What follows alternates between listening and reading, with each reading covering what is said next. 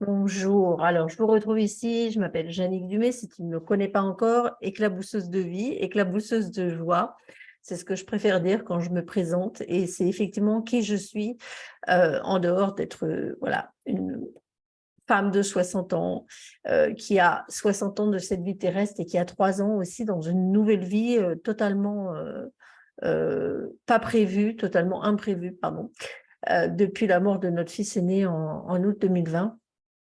Donc, c'est comme un nouvel apprentissage, une nouvelle vie, plein de nouvelles choses. Et en même temps, là-dedans, il y a quelque chose qui est resté une continuité pour moi, c'est la joie.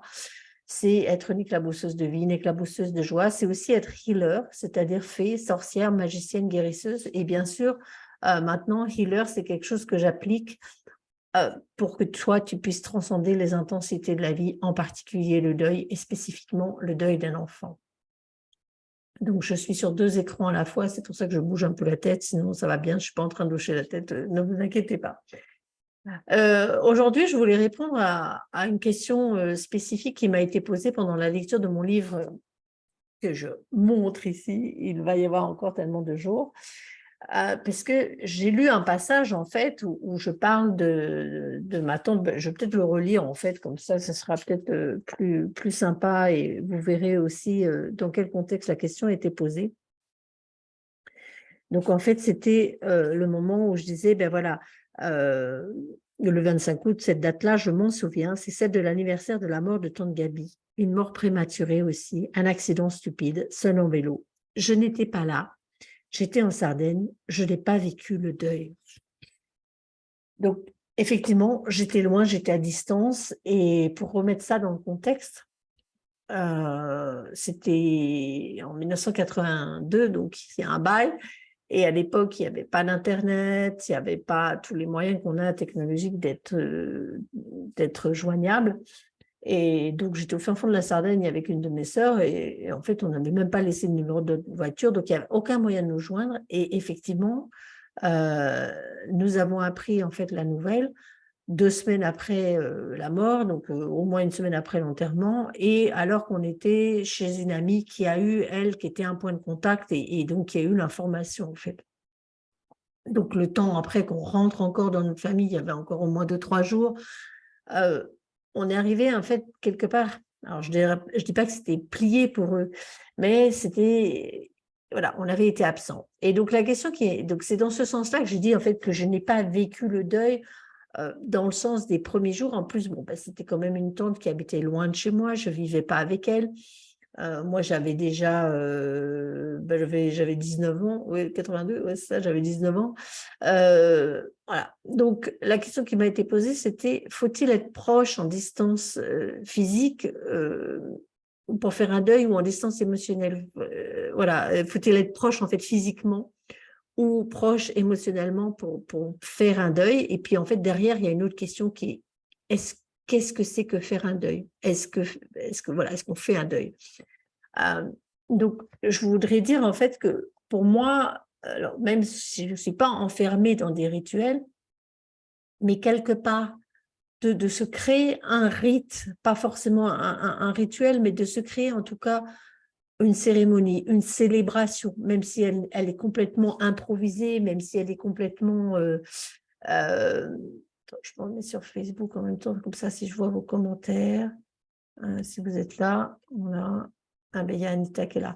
Donc, en fait, c'est quand on vit quelque chose d'aussi intense comme ça, voilà, qu'une mort précoce, une mort accidentelle, et puis même n'importe quelle mort ou n'importe quelle situation, euh, quelque part, de pouvoir mettre les gestes dessus, de pouvoir, oui, je dirais mettre une cérémonie, à faire un cérémonial, peut-être plus que le mot rituel qui devient quelque chose d'habituel, alors qu'en fait, ben, chaque mort est différente, donc en fait, chaque rite peut être différent, mais bien sûr, on peut l'ancrer dans une pratique en fonction de nos croyances, en fonction de ce qu'on fait. Alors, je prends, à titre de comparaison, je vais prendre un exemple, voilà, de chat. Voilà. On a eu beaucoup de chats dans la maison, il en reste 3, mais on en a eu jusqu'à 11. Et il y a un de nos chats qui a disparu. Et donc, un de mes enfants, à la disparition de ce chat, en plus, c'était celui dont il était responsable, ben, en fait, le chat a disparu. Et quelque part, euh, bah, on n'a jamais su, on n'a jamais rien fait, on ne l'a pas retrouvé, on l'a pas retrouvé. Et voilà. Ça a été très, très, très difficile pour cet enfant-là. Elle pleurait beaucoup, enfin voilà. Et puis, on a eu d'autres chats qui sont morts, donc effectivement qu'on a retrouvé morts, où on a creusé un trou dans le jardin, on a été mettre un petit bouquet de fleurs, on a mis des petits cailloux pour symboliser une tombe, etc. Et quelque part, ces morts-là ont été euh, mieux, alors je ne sais pas si c'est mieux, mais en tout cas ont été vécus parce qu'il y a eu des gestes, il y a eu des mots, il y a eu les pleurs qui ont été là. Et en fait, ce qui était intéressant de voir, c'était que finalement, à chaque fois qu'on a eu d'autres chats morts, où on a fait notre petite cérémonie, en fait, notre enfant pleurait le chat disparu. À chaque fois, il y avait ce « Oh, mais tu sais, le petit qui a disparu », je ne sais plus comment il s'appelait, je crois que c'était Taille, enfin bon, bref, il y a eu tellement de noms de chats. Et parce que ce deuil-là n'a pas pu être, alors je ne dirais pas, je ne vais pas employer le mot faire, mais n'a pas pu être vécu. Et là, bien sûr, on va retrouver donc ce qui s'appelle le deuil blanc quand quelqu'un disparaît. Le deuil aussi, je pourrais citer en exemple aussi quelque chose qui a été très douloureux dans ma famille. Bon, moi, je ne l'ai pas connu, mais ma grand-mère paternelle est morte à Ravensbrück, donc dans un camp de concentration. Donc, son corps n'a pas été ramené à la maison. Donc, en fait, mes oncles et tantes, mon père, n'ont pas fait d'enterrement, n'ont pas fait de cérémonie. Enfin, voilà, c'était quelque chose de vraiment euh, très étrange, donc avec effectivement une distance physique. Ce n'est pas forcément une distance émotionnelle, mais en tout cas une distance physique qui n'a pas permis a priori, en fait, de faire un rituel, de faire des mots. Et peut-être que ce que j'aurais pu faire pour ma tante, mettre une photo, faire quelque chose de symbolique, mais à l'époque, je n'ai pas du tout été invitée à ça.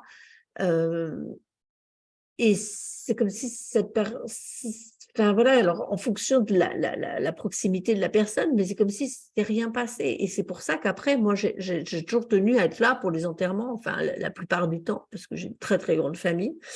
Donc parfois c'est un peu compliqué, parfois ça demande de faire beaucoup de kilomètres. Et en même temps, c'est des moments tellement intenses. Ce sont aussi des moments où on se retrouve, et c'est le moment où on imprime en fait que la personne n'est plus là physiquement, et c'est peut-être le moment où on peut lui dire adieu.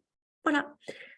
Et peut-être qu'on peut le faire aussi à notre manière. Donc, il n'y a pas besoin d'être présent physiquement, mais peut-être que d'aller symboliser. J'aime bien le mot de créer un cérémonial, en fait. Pas pour faire des manières, mais symboliquement de s'adresser à la personne, donc à notre manière. Si on n'a pas pu être là à l'enterrement, si on n'a pas pu être là quand il y a eu tout ce qui a été vécu au moment de la famille.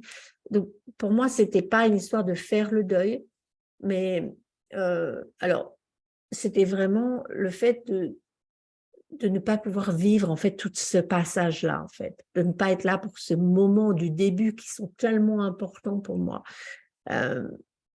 qui quelque part impriment la suite. Et c'est comme si il y avait eu une absence, ben oui, une absence de ma part, donc et puis ben après voilà, pour ma cousine, pour le reste de la famille, quelque part j'ai pas partagé ce moment-là avec cette personne. Ça ne m'empêche pas d'avoir pu être présente, ça n'empêche pas d'autres choses, mais malgré tout, ça crée pour moi ça a créé ouais, une absence, un vide, quelque chose qui ne m'a pas permis en fait d'aller vivre ça au travers de gestes, euh, des fleurs, des pleurs, des rassemblements, d'une veillée, d'un chant, peut-être juste de silence, parce qu'en plus, je ne le savais pas, en fait. Je ne le savais pas. Et c'est ça qui a été peut-être le plus difficile, c'est en fait de passer mes vacances tranquilles, hein, et puis de se rendre compte qu'en fait, on avait vécu 2 semaines de vacances complètement insouciantes, alors que les autres étaient en train de vivre ça, de se rappeler des souvenirs, d'être dans cette intensité, et nous complètement insouciants. Et c'est presque ça qui m'a le plus vexée. En fait, c'est l'impression d'avoir été spoliée, d'avoir été volée quelque part de cette mort. Alors après, bien sûr, j'aurais pu l'apprendre et n'avoir pas la possibilité de me déplacer physiquement et au moins être de cœur avec les autres. Donc voilà, à l'époque, c'était comme ça s'est fait comme ça. Donc, quelque part, la distance physique, pour moi, ne va pas empêcher de vivre le deuil, mais va peut-être créer quelque chose de plus, de moins tangible, peut-être. Je trouve que en tant que, oui, être infini, en tant qu'être divin, on est aussi là, ici sur Terre, donc en tant qu'être humain. Et en tant qu'être humain,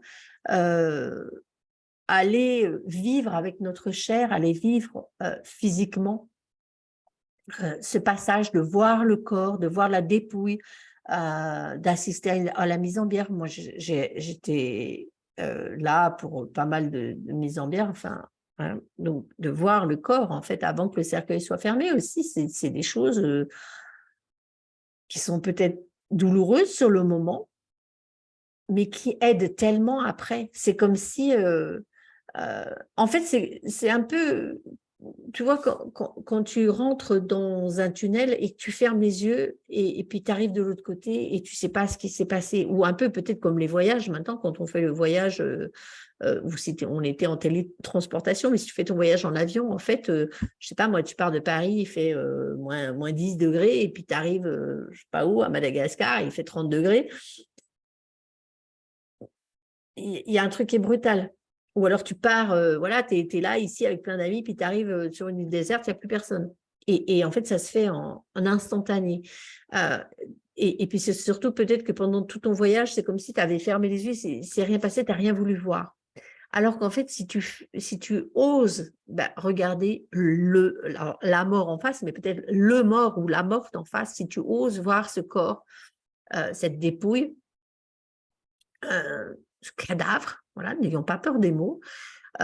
Si tu oses aussi pleurer à ce moment-là, si tu oses aller à l'enterrement, parler, prier, si tu oses ouais, hurler de douleur, en fait, si tu te permets d'exprimer tout ça, ou en tout cas d'être là physiquement, de le ressentir, c'est comme si tu le vis beaucoup plus et après, enfin, de mon point de vue, c'est plus facile sur le chemin que d'avoir occulté en fait tout ça aussi. Alors, s'il n'y a pas possibilité de présence physique, on peut le vivre autrement. Mais alors, je ne suis pas une spécialiste du deuil blanc parce que ce n'est pas quelque chose que j'ai vécu. J'ai entendu parler en fait du deuil blanc récemment avec Lina Renard qui parle, elle, qui a vécu une amnésie d'identité. Donc ça, c'est encore quelque chose de encore plus particulier parce que en fait, physiquement, elle est là, mais c'est plus du tout la même personne du jour au lendemain. Donc, elle n'a pas disparu pour les gens et en même temps, c'est plus la même personne. Donc, pour son entourage, c'était quelque chose de très particulier. Mais c'est de faire le deuil de quelqu'un qui n'est plus. Donc, qui n'est plus sous sa forme physique, qui n'est plus là sous la même personnalité, et puis surtout de quelqu'un qui a disparu. Et là où tu ne retrouves pas, où tu as toujours l'espoir de retrouver cette personne. Là, j'ai entendu des témoignages, je ne sais plus sur quel podcast l'autre jour, d'enfants disparus, là, enfin de jeunes hommes disparus en Algérie depuis 24 ans. Et la mère, voilà, elle attend encore. Donc, quelque part, elle ne va pas. C'est un deuil, mais c'est un deuil qui reste teinté d'espoir de le voir réapparaître physiquement là. Donc, qui est différent d'un deuil où, effectivement, la personne n'est plus là physiquement. Donc là, tu sais au moins qu'il est mort. En fait, c'est ça, c'est de savoir la vérité. Et souvent, j'ai eu aussi des témoignages de personnes voilà, dont l'enfant avait disparu et au bout d'une semaine, en fait, elle a appris qu'il était mort. Le corps avait été retrouvé et elle m'a dit, mais en fait, j'étais soulagée à ce moment-là. J'ai été soulagée. Donc, bizarrement, j'apprenais qu'il était mort. Donc, oui, j'aurais pu m'effondrer, mais le fait au moins de savoir était moins douloureux. Donc, effectivement, de pouvoir vivre, lire des textes, chanter, voilà tout ce qu'on peut créer en fait en cérémonie, en célébration en fait de la mort et aller traverser en fait tout ce passage aussi. Alors pas le passage, je dirais, de l'autre état, mais aussi le passage du corps, voilà, qui passe, qui trépasse et qu'on va enterrer, qu'on va incinérer selon les rites. Je trouve que c'est important. Puis, par exemple, moi, j'ai eu la chance d'avoir les corps à la maison, le corps de mon père, le corps de ma mère. enfin non, c'était dans l'autre sens, mais pas grave, de plusieurs de mes tantes aussi, j'ai des souvenirs, voilà. Donc, quelque part, j'ai eu cette chance, c'est assez étrange. Et nous, le corps de notre fils, même s'il est mort à l'hôpital, dès le lendemain matin, il a été à la maison, donc on l'a eu pendant 4 jours à la maison. Et voilà, c'était vraiment acté aussi cette mort, c'est dans ce sens-là, c'est vivre le deuil, vivre cette mort. Donc, j'espère que je réponds un petit peu à la question. Puis après, en fait, pour moi, ça reste aussi quelque chose de très personnel, mais c'est comme on dit de ne pas emmener des enfants à un enterrement. Puis ben voilà, moi, l'enterrement, le seul grand-père que j'ai connu, il est mort quand j'avais 11 ans. J'ai pas été à l'enterrement parce que c'était loin. Donc voilà, c'était mes grandes sœurs qui ont été. Moi, j'étais trop petite, on m'a pas emmenée. Mais ben, quelque part, ça voulait rien dire pour moi qu'il était mort. Je ne voyais pas à quoi ça correspondait. C'est qu'au bout à un moment, je me suis rendu compte qu'on n'allait plus le voir. Oui, d'accord, on m'a dit qu'il était mort, mais ça correspondait à rien, en fait. Donc, par exemple, enfant, je trouve que de priver les enfants en se disant non, faut pas qu'ils voient leur grand-père mort, faut pas qu'ils voient la dépouille, je trouve ça terrible. J'ai eu aussi beaucoup de témoignages d'enfants qu'on n'a pas emmenés à l'enterrement de leur mère, par exemple, à 9 ans.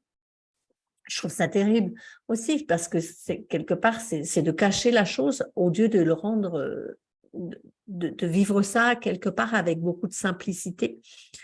Comme ben voilà, quand tu vis à la campagne et que tu vois un animal mourir et que tu vas l'enterrer, que voilà, tu vois ce qui se passe en fait.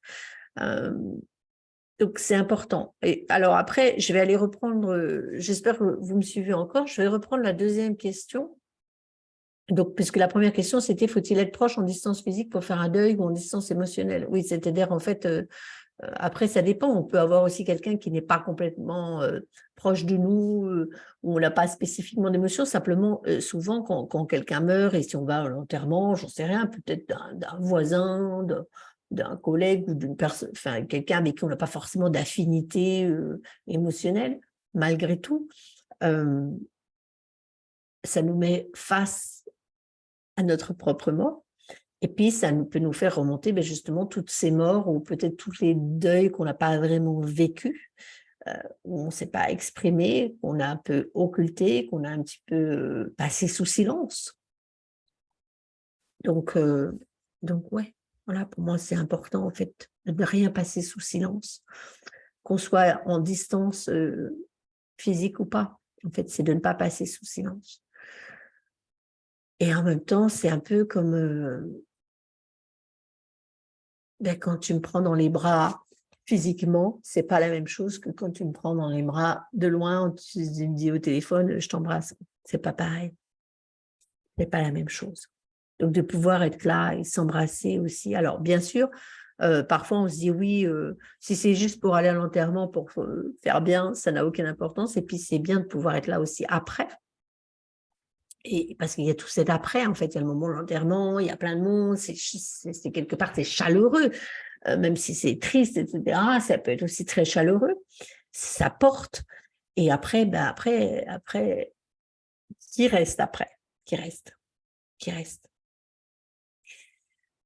Et donc, peut-être c'est là où je vais pouvoir répondre à la question, est-ce que l'on fait un deuil? Alors, pour moi, l'expression habituelle, effectivement, c'est de faire son deuil, c'est-à-dire que tu considères que voilà, tu as fait ton deuil, c'est quand tu repenses à la personne qui est décédée, quand tu revois ça, ça devient moins douloureux peut-être, ou en tout cas, tu t'écroules pas et tu as peut-être accepté, etc. Mais en fait, pour moi, ça ne veut rien dire faire son deuil.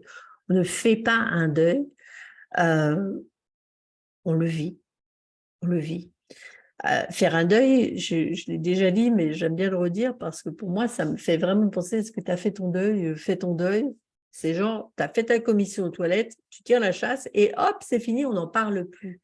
Parce qu'il y a quand même beaucoup cette injonction, en tout cas dans notre culture judéo-chrétienne en France, où il faut aller bien. Hein, tu ne vas pas nous saouler avec cette mort. Il ne faut pas en parler. Donc, tu fais ton deuil et après, voilà, la vie reprend son cours et patati patata. Ouais, mais sauf que moi, mon fils est mort. Donc, la vie, elle ne peut pas reprendre son cours comme je l'ai vécu avant. Non, tout est changé, tout est nouveau. Et c'est pour ça que je dis, ben voilà, j'ai 3 ans maintenant. J'ai oublié de mettre la lumière, et puis là, il fait un son, il y a un nuage tout d'un coup, pardon. Donc, je ne fais pas, je le vis. Et j'en ai pour toute ma vie à le vivre. Alors, bien sûr, par exemple, je pourrais dire le deuil de mes parents. Je ne dis plus peut-être que je suis en deuil de ma mère, mais parce qu'en fait, alors c'est différent parce que pour mes parents, j'ai le mot à employer, je peux dire je suis orpheline. Donc, à 60 ans, être orpheline de ses parents, c'est pas trop surprenant peut-être. Sauf qu'en fait, moi, j'avais 38 ans en fait, quand ma mère est morte. Et j'en avais 44 quand mon père est mort. Donc, à 44 ans, en fait, j'étais orpheline de mes parents, ce qui est encore raisonnable, on peut dire peut-être. Mais en tout cas, j'utilise plus l'expression et j'ai pas forcément peut-être à utiliser le terme « je vis mon deuil » ou « je suis en deuil de mes parents » parce que je ne suis plus, en tout cas, dans la phase intense. Peut-être que c'est ça qu'on appelle le deuil, c'est peut-être cette phase intense où les émotions sortent. Et en même temps, un deuil, c'est un livre qui reste ouvert. Ce n'est pas des pages qu'on ferme pour se dire, bah, c'est y après je reprends ma vie. Mes parents sont dans un autre état, et on va dire, ils sont transitionnés d'état. Mon fils a transitionné d'état, et pour mon fils, bon, alors il n'y a pas de mots, il y a un peu les mots qui sont en train de, je ne sais pas s'ils ont été acceptés encore dans les mots courants, mais qui sont utilisés par pas mal de parents, on va utiliser le terme de parange.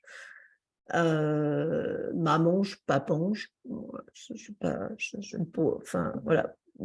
Quand c'est des enfants jeunes, je le trouve assez chouette, mais papange, bof, je sais pas, c'est un peu space, mais bon, bref. Donc je peux dire aussi que je suis orpheline de mon fils. Alors effectivement, je suis pas forcément je ne suis plus forcément dans la phase intense du début du deuil, mais ça ne veut pas dire qu'il n'y a plus d'intensité.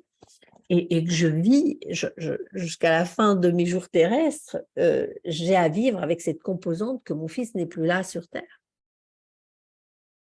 Donc, quelque part, c'est ça aussi le deuil, c'est d'être dans cette phase où je dois tout réinventer, en fait. Je dois tout réinventer, ma communication avec lui, les interactions avec nos autres enfants, avec mon mari, parce que lui, il fait partie de notre famille. Il n'est plus là physiquement, mais il est toujours notre enfant, il fait partie de notre famille. Donc le deuil, je ne le fais pas, je le vis.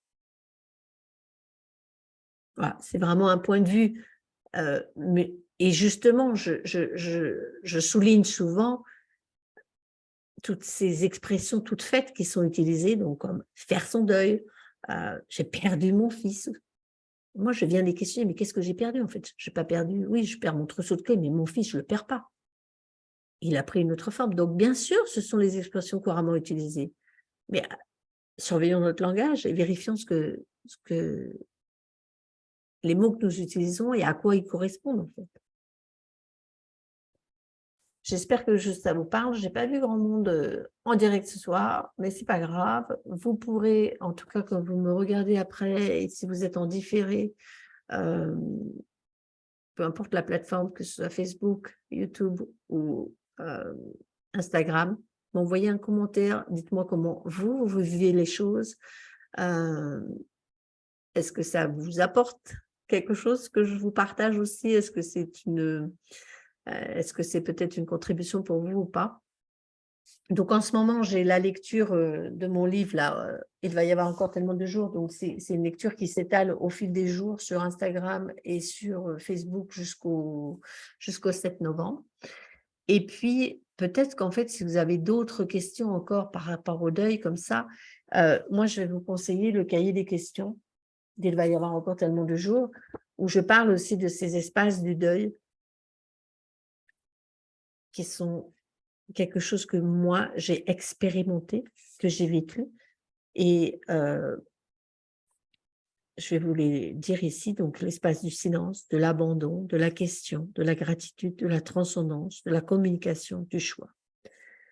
Ce n'est pas exhaustif, il y en a beaucoup d'autres espaces. Et puis, ils ne viennent pas comme ça à la suite les uns des autres.